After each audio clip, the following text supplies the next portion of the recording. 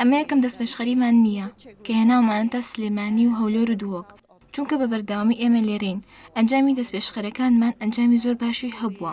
ئەم جارە گروپێکی بەهێزی بازرگانیمان هێناوە لە بوارەکانی کشتوکاڵ و بانک و بازرگانی. پێشمانەوەیە کە لێرە هاوبەشی خۆیان ئەدۆزنەوە بۆ کاری بازرگانی، ئەمەش سوودی بۆ هەردوو لامان دەبێت.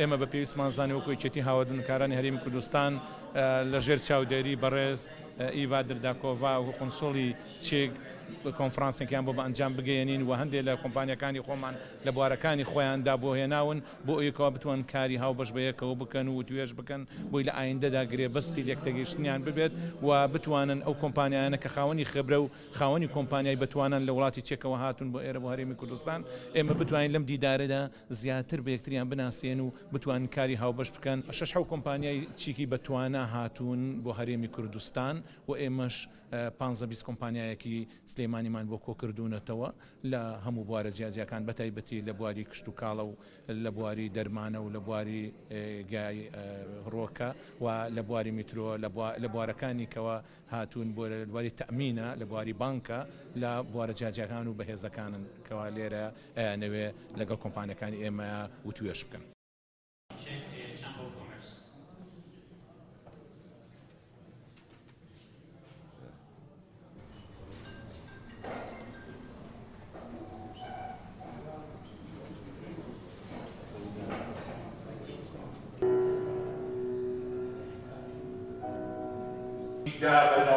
We are especially thanking Mrs. Derdakova, Consul General of Czech Republic, who is trying personally to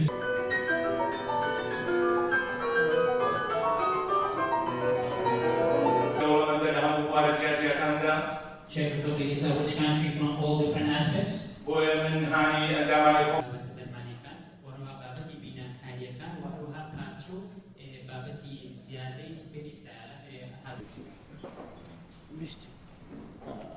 And continue the relationship that we have with Kurdistan. All of you again are most welcome here. Which I believe will find partners here for their business. I have to dear attendees from Czech Republic companies.